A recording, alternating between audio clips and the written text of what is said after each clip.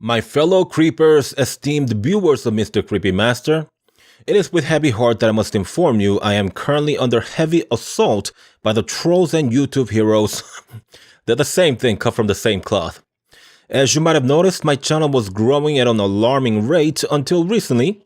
The delicate flowers decided to take a dump on it. They've reported my channel for offensive contents. These sharp as marble individuals who call themselves YouTube heroes have set their target on my back, so my channel is now in YouTube's doghouse. Oh, by the way, you can scroll to the comment section and check for my comment for the timestamp if you'd like to skip through this message. I need your help. Only your superpowers can neutralize the putrid stench that's been left behind by the YouTube heroes and their nasty excrement-spewing mouths. But I won't ask it without merit. If you believe I make doo-doo contents, then by all means, strike away at the dislike button. But if you think I make orgasmic contents, then smash on the like button and leave some kick-ass comments to make this channel rise again from the depths of the shithole that's been dug up by the so-called heroes. Yeah guys, my channel's in a doo-doo right now thanks to the heroes. The videos are not showing up in the sub box, they're not getting featured, so it's basically what happens to channels that get reported. The negative feedback had far greater impact than the positive ones, so your support is now more than ever crucial to keep this channel alive. So help me turn the tide and make this channel great again, or not if you think this channel sucks. It's a survival of the fittest anyway, so make your decisions, ladies and gentlemen. What'll it be? Kill it or save it? Enjoy the rest of the video without further interruption.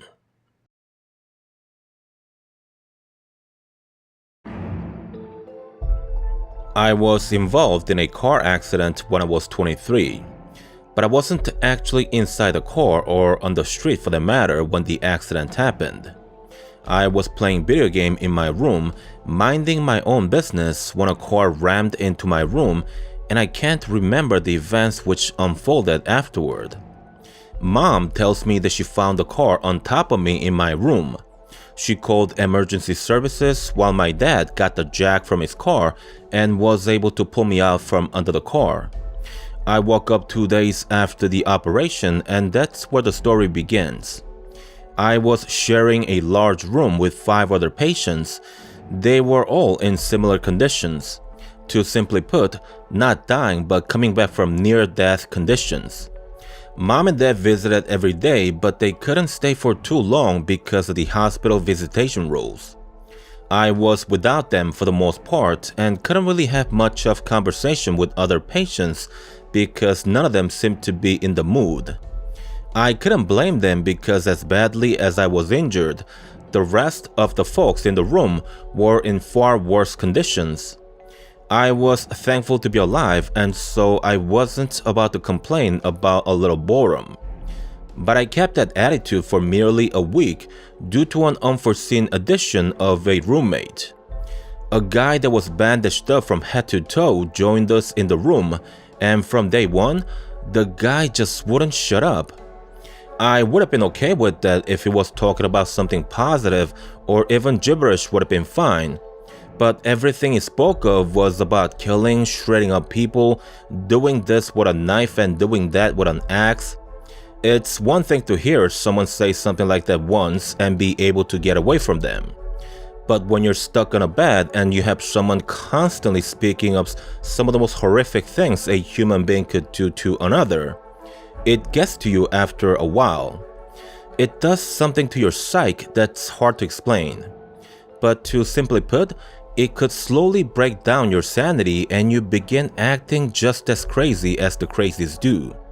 I don't mean that you begin speaking of terrible things like the bandaged up mummy, but for example, you are always on the edge, you snap at people very easily, you stop smiling, and sleeping becomes very difficult, even on nights when the mummy is uncharacteristically quiet. I made complaints to the nurses, my parents have, and all the other patients have as well. But when you're not wealthy enough to pay for a private room, your complaint only goes so far. They weren't going to put the crazy in a private room, and if they moved them to another room, then there would have been the same set of complaints, so the hospital left us on our own device to deal with the crazy mummy. Most of the nights, the mummy would stay quiet and let us fall asleep. Then, when it was certain that we all passed out, that's when he began spewing the terrible things again. He wasn't content with merely speaking of his crap, but his true intention was to drive all of us insane with him. He wanted to make us angry, fearful, and paranoid. The worst part of it all was he succeeded for the most part. 2 of the patients had total mental breakdown after 2 weeks.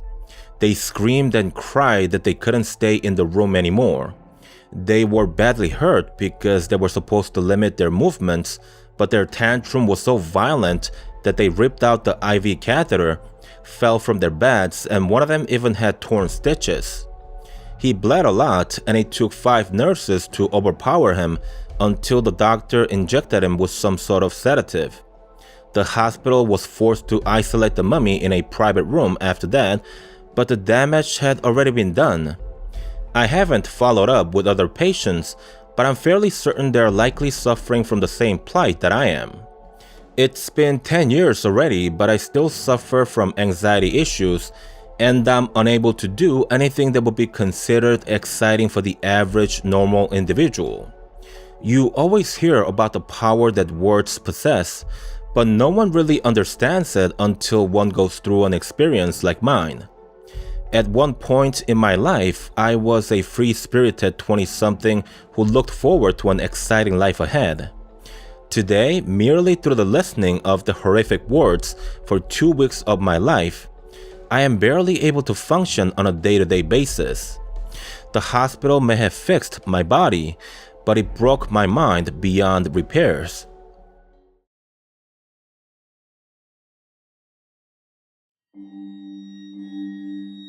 In 2013, I was in a comatose state for a period of 5 days.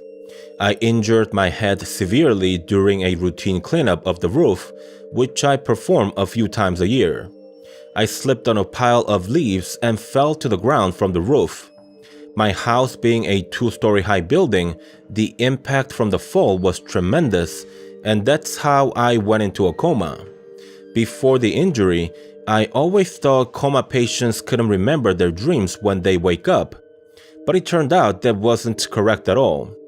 When I woke up from the coma, I remembered pretty much every little detail of the dreams I had while I was out. One of the bizarre dreams I had was a conversation I had with an elderly patient. In my dreams, I knew I was injured, and I understood that I was either dead or if I'm alive, I would be in a hospital.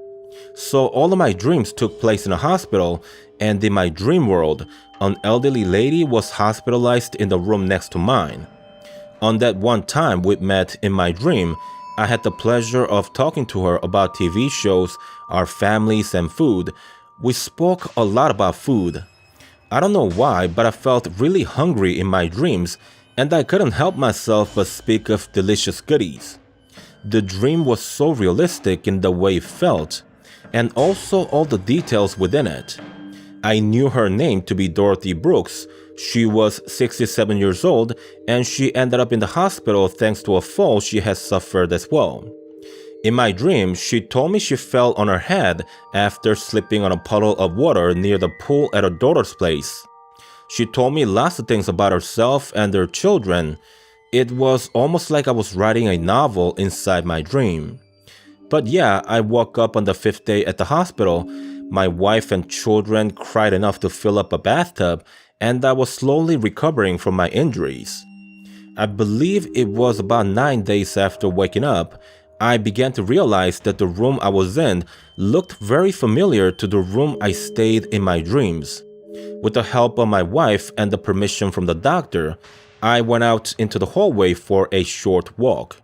At least, that's what my wife thought I was doing, but in reality, I just wanted to compare the hallway to the one that I saw in my dreams. It was quite a shocker because it looked exactly the same.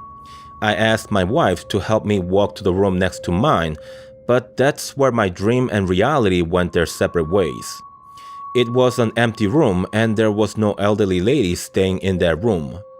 I was discharged from the hospital after 2 weeks and finally got to go back home. That night, my wife cuddled next to me and spoke to me with tears in her eyes. I didn't lose hope and I knew you'd come back to us. But the third day of your coma was the most difficult 24 hours of my life.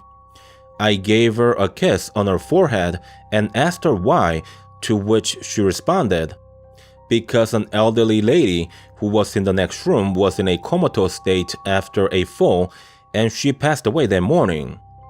I was in a shock, but I tried not to show it. My wife had gone through enough already, and the last thing I wanted was to add more to her burden. I went back to the hospital for a checkup a couple of days thereafter, and while there, I asked one of the nurses the name of the patient who passed away in the next room. She told me she couldn't give out the names of any patients due to the hospital privacy policy. But I convinced her to tell me by telling her that it would mean a lot to me, since she passed away in the next room while I was in a coma. I told her that I wanted to pray for the elderly lady, and she said she could only give me the first name. Her name is Dorothy.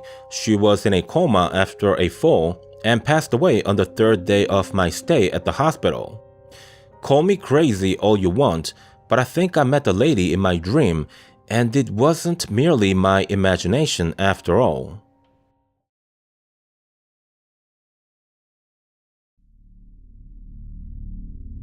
There was a day in my life when I was involved in an accident, and the aftermath of it forced me to make changes to everything I had worked for and hoped to accomplish going forward. It was a climbing accident. My leg bones were shattered in countless pieces. The airlift arrived too late, and the doctors had to amputate the leg.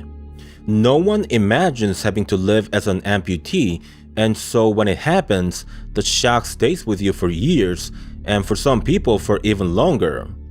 I was at the lowest of lows when I first woke up after the amputation. I didn't want to talk to anyone, didn't want to read, watch TV, or do anything for that matter.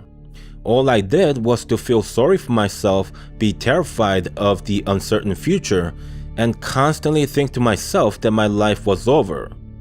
After spending about a week like that, even my parents and girlfriend had grown a bit sick of me, and none of them stayed with me at the hospital overnight. To be fair, they weren't cruel to me in any way, but more like they just couldn't see me like that throughout the whole day. It pained them to see me in that state, I guess. They still visited me almost every day, but life still goes on outside of the hospital, and so after a while, they all had to go back to their usual routine involving work, social life, and everything else. One night, I couldn't really fall asleep, and I just wanted to see the face of another human being, even if it's for a minute. I called for the nurse, and when she came, I lied to her that I had to pee. When I was done, I asked her if she could stay for a minute and chat, but she simply said no, and left the room without even giving me a polite excuse such as, "Oh, I wish I could," or "I would if I weren't alone," something along the line. As she was leaving though, she didn't completely shut the door, and so it was still halfway open. The hydraulic metal arm that's supposed to close the door automatically didn't work properly. All of the nurses knew about that, but the nurse who came by tonight either didn't know or didn't give a shit, I guess. So I'm lying on the bed, and for a minute, I look out the window, then when that gets boring, I look out into the hallway. I repeated that for over an hour, and I still couldn't go to sleep. But then suddenly, I hear something similar to a circuit breaker popping, and all the lights go out. My room, the hallway, and everywhere is pitch black. To make things worse, my room is facing the side of the hospital where there's nothing. It's just empty fields with some trees for miles as far as the eyes can see. I search for the tiny remote to call the nurse just by the feel of my fingers. I find it easily because I left it on the bed. I press on the button and wait, but no one comes over. Then I hear something or someone scratching the wall, slowly dragging something sharp against the wall, and the sound becomes louder by the seconds, meaning whatever that's making the noise is closing into my location. Seconds tick by and my heart is pumping like it's about to burst out of my chest. Then the scratching noise stops. My eyes are fixated toward the hallway and a set of bloody red eyes appear out of nowhere. I scream for help, and then a second later, the light comes back on. The eyes are gone and a nurse runs into my room, but she's not the same woman who helped me earlier. I grab onto her hand as soon as she comes near me, then ask her why she didn't come to help me when I called for her during the blackout. She answers, "Mr. Bryant, there was no blackout." "What are you talking about? It was pitch black just now, and that's why I pressed on the nurse call button a dozen times over," I angrily respond. "Mr. Bryant, I assure you, there was no blackout. I can call the security and verify that for you if you wish." The nurse calmly reassures me. "What about the other lady, the nurse lady who came to help me earlier? Let me speak to her." I ask with my voice trembling. "I want you to know I'm not trying to be patronizing, but I believe you are having a nightmare, Mr. Bryant. I'm the only nurse on this floor at these hours, and if you saw anyone else but me in a nurse uniform, that person was here without authorization. Please give me a minute so I could call security and ask them to review the footage of the last 60 minutes on this floor." The nurse laughed after saying those words.